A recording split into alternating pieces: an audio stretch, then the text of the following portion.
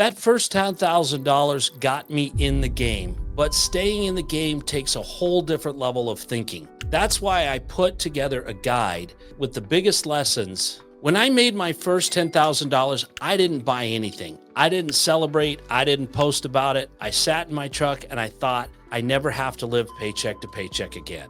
That first $10,000 didn't make me rich, but it changed how I thought, how I worked, and how I made decisions, because it flipped a switch.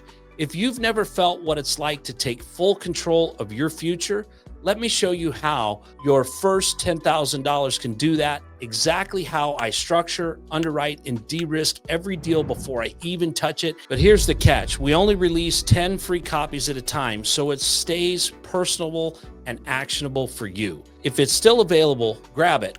The link's in the description. Look, when I put together my first deal, I didn't put my last $500 as an earnest money. I put my only $500. I didn't have 500 more.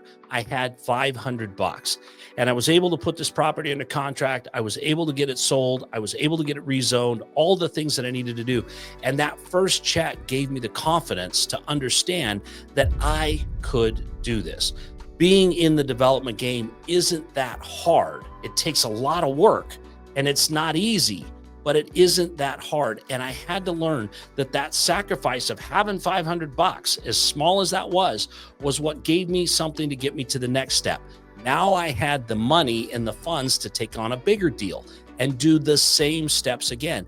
And what it taught me was that these are building blocks. These are things that go over time and they get bigger and they get more frequent and they get more often. I remember sitting there thinking, maybe this is a one-time thing. Maybe this is a fluke. Maybe I'm not ever going to find another deal like this again.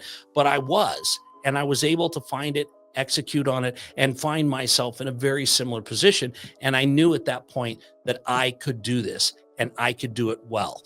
That really changed my mindset, but I had to initially believe in my ability to do it, or my ability to partner with others and have them do it to the point that they were actually executing in a systematic way that met the definition of success for me. It's not about what they wanted. It's about what I needed and what I was willing to give up in order to get there. You know, some of the principles that I followed then that still work for me today is I'm not a know-it-all. I remember I kept using this one phrase, I'm new. And when I was sitting down there with the city trying to figure out how to get it rezoned and what the steps were, I remember this gal, Becky. And Becky kept smiling when she'd see me come in because she knew I had questions, but I wasn't bringing my ego to the question session. I was sitting there literally asking, how in the world do I get this done? And Becky was able to help me. And as long as you're continuing to align yourself with people that know more than you, people that are further down the road than you, people that have a better understanding of what it takes to get these deals done, you're going to continue to find yourself surrounded by people that can answer the questions that you have. This still guides my decision-making today. I'm part of masterminds that people in there have made billions in real estate. They have produced massive returns for their investors. And I'm there because I always want to be surrounded by those that have more answers than I do. They can get that decision-making process for me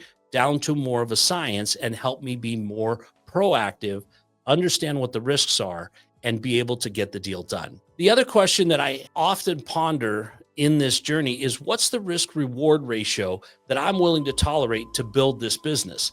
Because what someone will do with $10,000, do a parlay in Vegas on 5 different football games that's going to pay millions, well, those odds are really small. They're willing to take that risk. I'm not. So I need to be able to make sure that the risk reward ratio is in my wheelhouse. I've watched people get involved in deals that are too big for them. And it's apparent very early on because they're in panic mode all the time. They don't understand what's next. What's next is overwhelming. The things that need to happen, they weren't prepared for. They're not set up for. And they find themselves consistently out over their skis and scared to death. Well, if you've ever watched a rabbit running from a big dog, you can see what terror looks like because that rabbit is literally running for his life. And I've seen that same look in people's eyes after they bought the deal. This is not a risk and reward ratio I'm willing to do. I have taken on projects that are multiple times larger than what I just finished, But there's an element that I bring into that. I bring in the knowledge, I bring in the people, I bring in others with the skill set that can fill in the blind spots I have. And that helps to ensure that I'm going to make the kind of reward that I want. Now, that costs something. That costs a part of the deal. It costs more money. But at the end of the day, knowing that I have that level of security and a risk and reward ratio that I can tolerate, that I can sleep at night, that really puts me in a place that I know that I can get this deal done.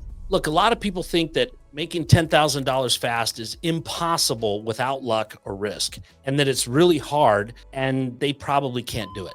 Well, if you think you can't, then you're correct. You can't.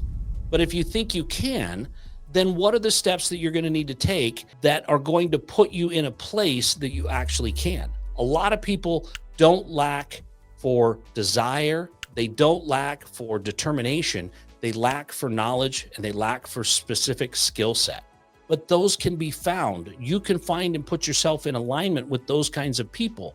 And it's nice to know that if you're looking for it, you can find it. But the first thing that's got to be looking for it is your mindset. You've got to be ready to take it on.